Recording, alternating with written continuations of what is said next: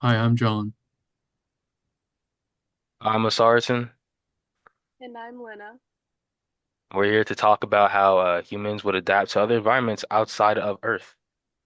Right, specifically the effects on our physiology and behaviors.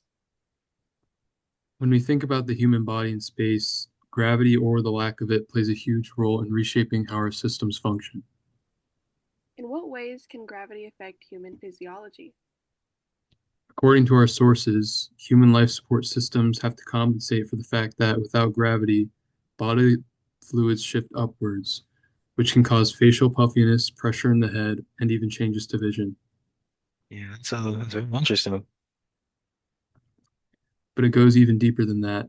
Studies show that even short-term changes in gravity can drastically affect neuromuscular control and the way our muscles and tendons store and release energy. This makes simple acts like walking and jumping become a completely different task in microgravity. And looking at the cardiovascular system, gravity influences circulation, meaning that in space, our heart and blood vessels have to adapt to pumping blood without the downward pull we are used to on Earth. Yeah. We also have to understand how humans could change over time, like evolutionary wise, due to the adverse conditions that we would have to endure in like space, microgravity, or hypergravity, even.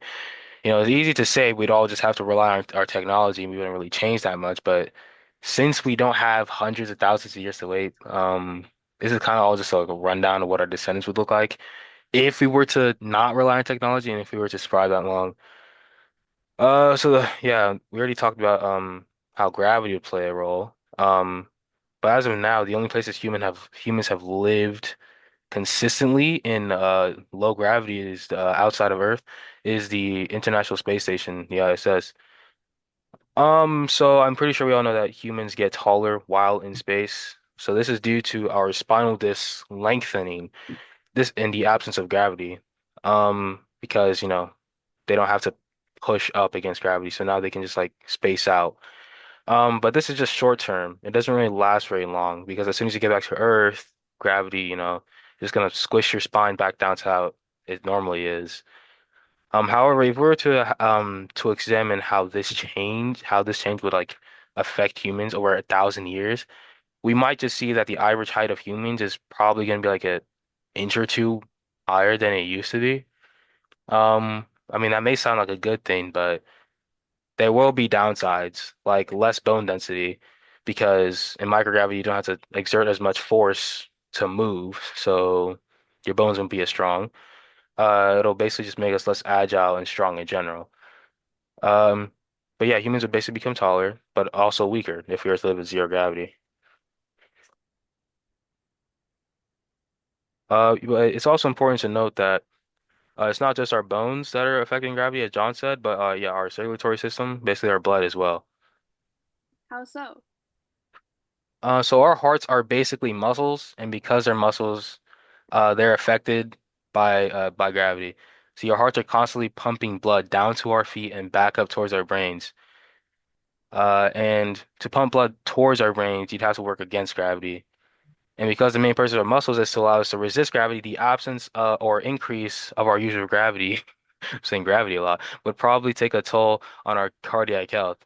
As a result, survival of the fittest would probably play a part, like because people whose bloodlines have notable signs of heart problems would probably be less likely to survive in these places with more intense gravity. Um, but in low gravity, they'd probably be fine. But in higher gravity, this would probably lead to future humans like eventually having stronger than average cardiovascular muscles. But while in lower gravity, future humans would probably have weaker heart muscles and less blood volume to prevent too much blood from pooling in our heads because blood rushing to your head is actually a problem that humans don't have on Earth. Yeah. So this is why planets with lower gravity are considered more viable than places with higher gravity because it probably leads to more survival. So, what would humans look like after a while under those conditions? Well, they probably wouldn't look very different externally, just internally, because those humans would probably just like produce less blood on average than us. I always wonder if they might look blue. Hmm. Okay, well, the last aspect we want to talk about is living how is how living environments affect human psychology. For a long while, most of the people who were traveling to space have been astronauts or professionals, and usually not out there for fun, but for research purposes. And these guys can be out there for long periods of time away from majority of civilization. Thanks. They're basically isolated. Yep, and that's bound to result in some issues. And what exactly are those issues? Well, mental disorders like anxiety and depression have been linked to astronauts who spent an extended period of time in space. And adding on to that, studies have shown that it's possible for one's cognitive functions to basically deteriorate or distort after a while. Things like sleep patterns become disturbed, or memory processes can become increasingly difficult. So it sounds like space kind of speeds up some aging processes. Yep, some people never really get used to how different the environment is, hence why they come back to Earth with lifelong effects.